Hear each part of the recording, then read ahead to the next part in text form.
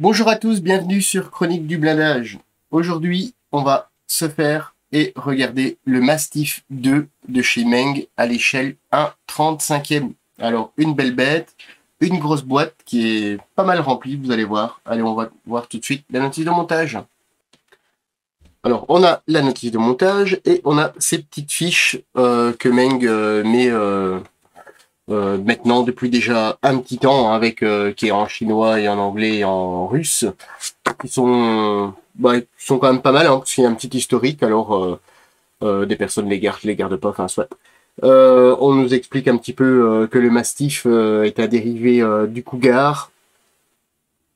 Alors on a quelques informations sur l'armement, les productions, les livraisons, ainsi de suite, ce qui est quand même pas mal intéressant. On va mettre ça de côté. Et la notice de montage à proprement parler. Voilà. Alors, un format un peu plus petit, hein, que du A4, hein, qui reprend le box art, les précautions d'usage sur les premières pages, et directement, ici on a en étape 1 les ressorts à lame. Alors il y a deux décorations possibles dans cette boîte, hein. Ensuite, on a quelques petits trous à percer sur le dessous de la caisse. Ici, on travaille sur l'escalier arrière avec le crochet de remorquage. La suspension qu'on a construit au préalable, on vient l'installer. Quelques petits trucs à gommer, hein, puisque je suppose que il y a quand même des pièces qui sont récupérées du Cougar. Ensuite, on passe sur le pont avant avec les roues qui peuvent rester mobiles. Les deux ponts arrière, le protège le protège différentiel, et ensuite on est sur l'assemblage des réservoirs. Ici c'est pour le pare-choc avant, pardon. On installe les deux réservoirs. Les roues, vous voyez, les pneus sont en une seule pièce, donc c'est forcément du vinyle, enfin du vinyle ou du caoutchouc. On a des polycaps. Et on passe à l'intérieur. Alors c'est pas spécifié sur la boîte, hein, mais c'est presque un full intérieur, puisque il est complet hormis le moteur, ce qui est quand même plutôt intéressant, parce que c'est un véhicule qui peut avoir une importance ouverte. Ensuite, on a le plancher en une seule pièce. Si on vient construire les sièges, on a les sangles qui sont incluses dans le kit, et on meuble tout l'intérieur. Et vous voyez ici, par exemple, il y a des petits points d'attention avec comme quoi la sortie d'éjection de la petite pédale est à enlever, hein, puisqu'on pourrait croire que c'est une pièce qu'on doit laisser. Ensuite, le tableau de bord, les différents systèmes électriques et électroniques. On s'attaque à l'arrière avec les sièges et de nouveau toutes les sangles. Il y a 8 sièges sur l'arrière, le système de ventilation, les extincteurs. Il y a les références couleurs ainsi que les décalcomanies, hein, qui sont mis en avant. Ensuite, on prend la coque supérieure et on a le capitonnage, le radiateur et le tourello. Les parois qu'on a fabriquées précédemment viennent se mettre par le dessous, hein. C'est un peu particulier comme assemblage, mais je ne doute pas que ça fonctionne très bien. Et ensuite, au niveau des écrans de visée, je suppose, enfin pour les caméras, puisque le véhicule est entouré de caméras, ils peuvent être mis en position dépliée ou repliée. Ici, on a le décalcomanie pour les écrans. Au niveau des vitrages, alors il y a des vitrages traditionnels comme le véhicule, sur le véhicule, et après on a du surblindage même au niveau des vitres. On a tout ça avec l'encadrement, les caméras, les rétroviseurs, et on ferme le véhicule avec l'arrière du véhicule, hein, tout simplement. De nouveau les caméras, des petits crochets sur le dessous. Les ailes sont relativement bien détaillées, hein, parce que vous voyez, il y a quand même pas mal de pièces juste pour fabriquer une aile. Ensuite, de l'autre côté, on a l'autre aile avec le système d'échappement qu'on commence à construire. Ici, on dispose les ailes et on s'attaque au blindage extérieur additionnel. Alors, il y a des petits anneaux hein, qui se mettent sur le blindage additionnel. Vous voyez, vous devez les laisser sur les grappes. Et ensuite, une fois que c'est bien solidarisé avec la colle, le lendemain, admettons, vous venez couper les restants de grappes, un petit coup d'éponge abrasive et l'histoire est réglée. On vient installer le blindage additionnel, les grilles d'aération moteur. On a la barre de remorquage, toutes les trappes sur le dessus, enfin toutes les trappes, il y en a que deux trappes sur le dessus peuvent être en position ouverte ou fermée. Ensuite, on a les supports qu'on vient installer à l'arrière, puisqu'on vient mettre les coffres dessus. Et on vient fabriquer la tourelle ouverte pour la mitrailleuse. Ensuite, la mitrailleuse, on a son système de visée qui est entièrement électronique, ainsi que la mitrailleuse. Hein, vous allez voir, elle est en plusieurs parties, elle est relativement jolie. La mitrailleuse, le blindage, le coffre, enfin la boîte à munitions, et on poursuit l'échappement hein, qui est en plusieurs parties puisqu'il a une forme assez bizarre. Enfin assez bizarre. Il fait presque le tour de tout le véhicule. Ensuite, on vient commencer à fabriquer le slate armor. On commence par l'avant, les maintiens. Ici, ça doit être des sensors.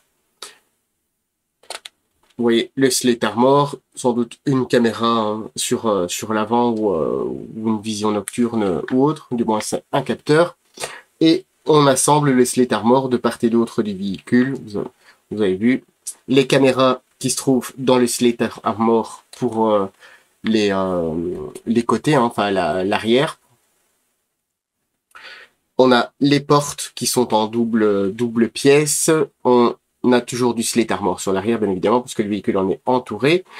Et les portes arrière peuvent aussi rester ouvertes ou fermées avec le système d'ouverture aussi sur le slate armor.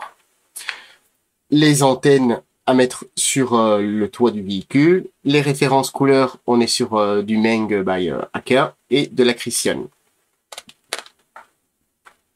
Toutes les grappes présentes dans le kit.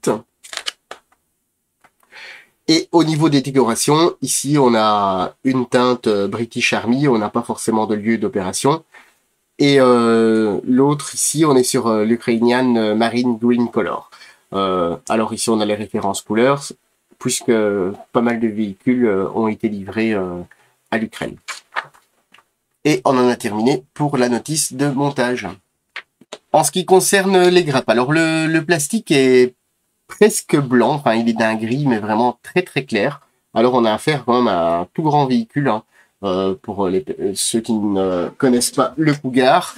C'est déjà un gros véhicule et ici on va encore ajouter quelques centimètres de part et d'autre pour au niveau avec le slate armor. Alors vous voyez juste la caisse, on est à plus ou moins déjà presque 19 cm de longueur pour juste la caisse. On a de très jolis détails. Alors les portes ici ne s'ouvrent pas. Je ne pense pas que dans l'ancien modèle, enfin dans le Cougar traditionnel, les portes s'ouvrent, mais de toute façon ici avec le slate, je ne pense pas que les portes puissent s'ouvrir. Enfin, sauf si je dis des bêtises. On a affaire à de la une belle moulure, hein, enfin, un beau moulage. On a un tout léger trait ici de moulage ici qui sera vraiment facile à gommer. Et alors on en a un autre qui est très difficile à voir, mais il est juste ici. Ici on a quand même les traits les lignes de soudure. Hein. Au niveau de l'intérieur, rien de spécial. Il y a des pastilles d'éjection plein le haut de la caisse, mais c'est pas grave, comme vous l'avez vu sur la notice de montage. Il y a le capitonnage du toit qui vient se mettre dessus, donc on s'en fiche un petit peu. Sur cette grappe, on a le dessous de la caisse, les grilles qui viennent se mettre sur le capot moteur, des tiges de gabarit. Alors, on a un très beau moulage avec l'angle typique du dessous de la caisse pour tout ce qui est mine et ainsi de suite.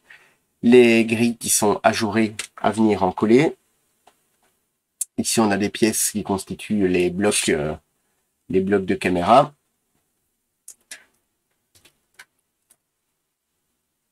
Alors, sur cette grappe, on a les blindages additionnels latéraux. Alors, ici, c'est moi-même qui ai abîmé un petit peu, c'est pas grave. Alors, vous voyez, ici, les petits anneaux sont mis sur une grappe que vous allez venir couper l'entièreté et vous allez venir coller ça ici où vous avez les petits points. Alors, au niveau des détails, on a les casiers, on a le même coffre, enfin le bloc additionnel, enfin de blindage.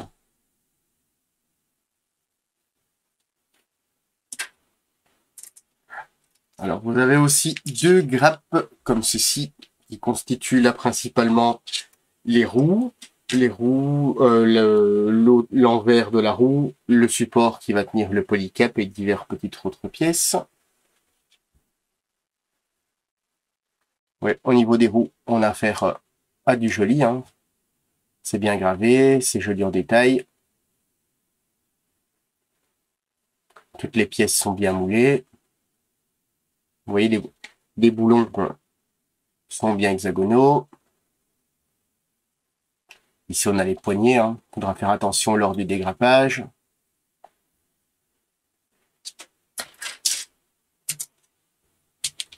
Ensuite, sur cette grappe-ci, on a le blindage du différentiel, ainsi que tous les ponts, hein, les deux ponts arrière, ainsi que le pont avant.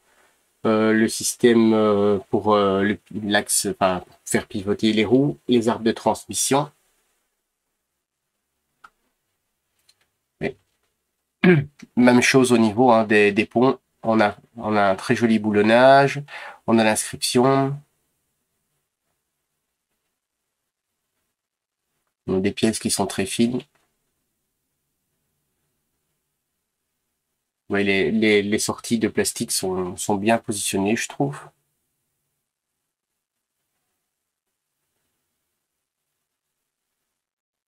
Ici, les arbres de transmission. Alors, même chose. Hein. Il y a une légère ligne de moulage, mais on ne sait pas faire sans. Ensuite, ici, on a la grille de radiateur, la sortie d'échappement, une autre partie de la face avant, le tableau de bord, les garde-boue arrière. Ici, on a l'anneau de tourelle avec le crénelage. Ici, on a l'échappement, hein, c'est une pièce à venir en coller. Ici, c'est une barre de direction. La calandre est ajourée. Les garde-boue, alors on a des pièces toutes plates, hein, on va pas s'attarder dessus. On a un crochet ici. Le tableau de bord est très joli aussi. On verra par la suite si sur les décals, on a les cadrans. Et vous voyez, les pastilles d'éjection dans les garde-boue sont bien mises dans le sens où vous n'allez pas les voir.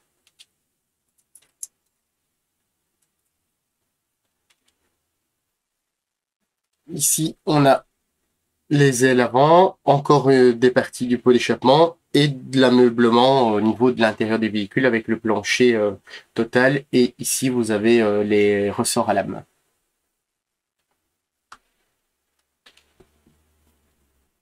Vous avez la barre de remorquage, l'échappement. Vous voyez que la toile torsadée pour la chaleur. Ici, on a une face avant, enfin, on a une face de calandre hein, où vient se mettre l'optique. Ici, on a des compartiments internes.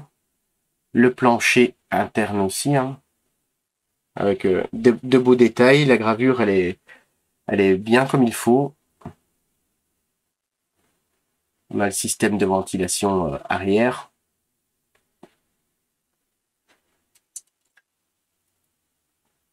Et il y a quand même pas mal de grappes, l'air de rien, pour ce véhicule, essentiellement l'intérieur. Et après, on va voir le principal. Hein. Alors ici, on a différents coffres. On est toujours sur la tourelle. Au niveau de la suspension, on a encore quelques petites pièces, les caméras. On commence sur la mitrailleuse et diverses autres petites pièces. Ici, on est sur les boucliers de la tourelle. Hein. On a d'autres petites pièces.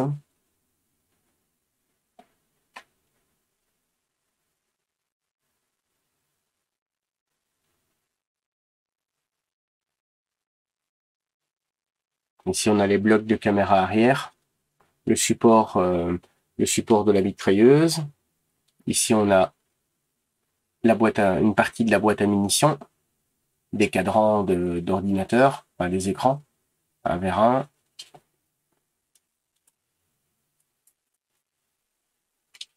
Ensuite, deux grappes comme ceci avec les sièges, les caméras et aussi tout un tas d'autres pièces. Au niveau des sièges, alors je ne sais pas si vous allez vous en rendre compte, il y a une structure qui est faite. Vous voyez, ils ne sont pas complètement lisses, hein, ça c'est plutôt intéressant. Ici on a les trappes, alors pas de pâtisserie d'éjection à l'intérieur. Là sur le dessous du siège, vous voyez 4 pâtisseries d'éjection, mais c'est pas grave, c'est le dessous, ça va venir à en coller, donc aucun souci. Même chose sur l'arrière, ça ne se verra absolument pas. Au niveau des caméras, on a de belles pièces aussi, hein, avec l'optique. Encore ici un écran, un extincteur. Le soufflet pour les sièges avant, pour sièges pneumatiques, demandera un petit peu de travail, même si ça ne se verra presque pas. Et on termine avec une grappe ici qui constitue aussi principalement l'intérieur ainsi que l'arrière du véhicule. Alors vous voyez, le capitonnage du toit est vraiment magnifique. C'est vraiment superbe au niveau, c'est matelassé, c'est vraiment très réaliste. Si vous faites une très belle peinture, ça va être vraiment tip top. Ici on a les parois hein, à venir aménager de part et d'autre. On a une partie des portes ici et une partie là à venir en coller. La cloison arrière, encore un support de caméra. Et maintenant, on attaque le slate. Alors, le slate, c'est toujours un petit peu... Voilà, en plastique, il y a eu d'énormes progrès. Maintenant, vous voyez ici, par exemple, vous avez la face externe et ici, vous avez la face interne. Alors, c'est sans doute une question de moulage, dans le sens où une des deux faces doit être légèrement biseautée pour l'extraction du moule, enfin de la pièce. Alors, il y a toujours moyen d'affiner, ça va vous prendre pas mal de temps. Si maintenant, par la suite, sans aucun doute, un constructeur d'add-on sortira les slates en photodécoupe, alors ça va vous engendrer un travail de titan, hein, comme Max vous l'a très bien montré sur une de ses vidéos. C'est un travail qui est quand même assez important, surtout que ici, on a vraiment beaucoup. Alors, hormis ça, vous avez quand même sur la partie externe, bien sûr, c'est un peu plus gros que dans la vie, enfin, que le vrai véhicule, mais dans le plastique, il a malheureusement ses limites. Alors maintenant, rien ne vous empêche de venir avec une toute fine lime, venir reponcer chaque barre, et vous aurez quelque chose de beaucoup plus fin, mais ça demandera aussi du travail. Autrement, vous avez vu, c'est des très belles pièces, il n'y a pas de bavure, il n'y a pas de retrassure, c'est pas gondolé, c'est très très bien. Ensuite, ici, sur cette grappe, on a encore du slate. On a l'arrière des blindages latéraux. Hein. Ce n'est pas des pièces forcément ultra intéressantes du fait qu'on ne les voit pas. Et ici, vous avez différents cadres de maintien de slate. Alors, on a des pièces qui sont du même ordre que les autres. Ici, on a par exemple une partie de l'échappement ou du filtre à air, hein, si je ne dis pas de bêtises, un ou l'autre, qui sont très très belles aussi. Au niveau du vitrage, vous avez alors des vitrages traditionnels transparents avec les optiques, les lumières de gabarit et ainsi de suite. On a le globe de la caméra. Hein. Normalement, il n'y en a que 1 mètre, je pense. Alors, vous avez vu, le vitrage est très joli. Il n'y a pas d'effet de loupe ni rien. Alors, vous avez le vitrage traditionnel. Et vous avez aussi le vitrage teinté, le vitrage dit blindé. Alors c'est très très bien, enfin moi personnellement je trouve ça très bien de l'avoir en déjà teinté dans la masse, puisque même pas un aérographe on n'arrive jamais à un tel résultat. On a toujours, si jamais un petit crachotis ou autre, et c'est directement la misère. Ici, vous avez la 12-7. Alors, il y a un petit peu de bavure dessus, hein, vous voyez, mais c'est pas trop grave, avec du ponçage, ça va partir assez facilement. Alors, le plastique est pas facile à prendre en vidéo avec l'éclairage. Alors, pour une pièce en plastique, honnêtement, c'est vraiment très très joli, hein, puisqu'on est ici sur une pièce en plastique. Vous avez aussi, je les attrape, voilà, une grappe avec les différentes antennes et les supports d'antennes. Alors, ici, même chose, hein, on est sur des pièces en plastique qui sont très très fines. Voilà, faudra faire attention, ou alors remplacer par un tube ou une antenne tout simplement en laiton. Alors, les autres antennes anti-UED, voilà, on est sur du plutôt classique. Ici, on est sur les canons de 12-7. Il y en a que un à utiliser. Alors, il y en a trois disponibles. Vous voyez, ils sont percés. Ici, on a une bande de munitions qui est très très belle aussi, hein, pour du plastique injecté. On a les caisses à munitions. Au niveau des sangles conducteurs et à l'arrière, vous avez deux grappes en espèce de caoutchouc vraiment ultra souple. Alors, dans un sens, c'est une bonne solution où c'est vraiment très souple. Au niveau du collage, ça se ferait avec de la colle cyanocrylate, enfin de la cyano. Au niveau de la peinture, personnellement, il faudra tout d'abord mettre une couche de primer, bien dégraissé préalablement, parce qu'autrement ça ne tiendra pas. Et alors moi je partirai sur une couleur de type énamel, dans le sens où elle est beaucoup plus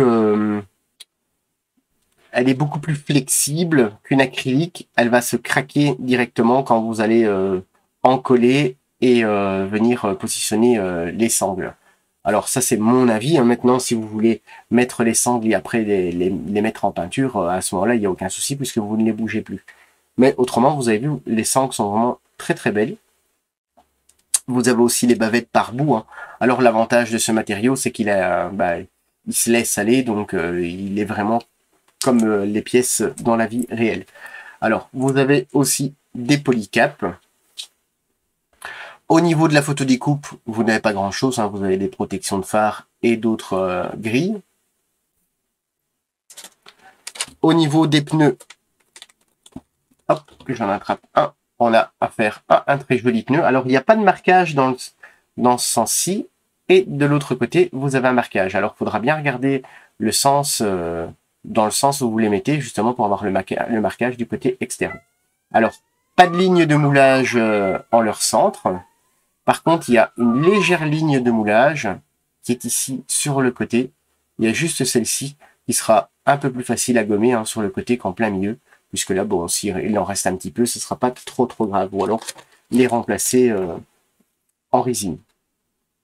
Au niveau de la planche de photodécoupe, de décalcomanie, hein, je dis des bêtises, vous avez l'immatriculation anglaise. Alors, vous avez tous les cadrans du tableau de bord, hein, ça c'est plutôt bien aussi.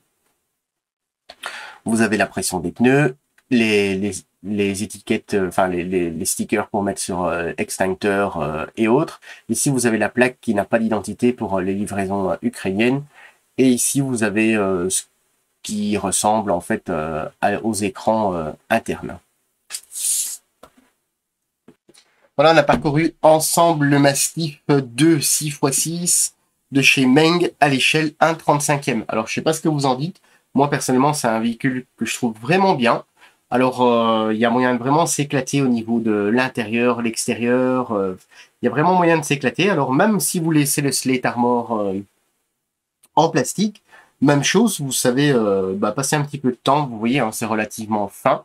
Si vous voulez pas investir dans de la photodécoupe et surtout si vous vous sentez pas capable de faire un tel boulot, parce que ça demande vraiment beaucoup de travail au niveau de la photodécoupe, il y a vraiment moyen de faire quelque chose de super avec ce véhicule qui peut donner pas mal de nuances, hein, puisque tous les véhicules qui ont été dans le sable, enfin du moins en théâtre sablonneux, ils ont une usure vraiment particulière. Et voilà, je vous invite à aller voir sur le site de notre partenaire hein, pour cette boîte. Je remercie Meng et Domino, notre partenaire. Et moi, je vous dis à très bientôt sur Chronique du Blindage.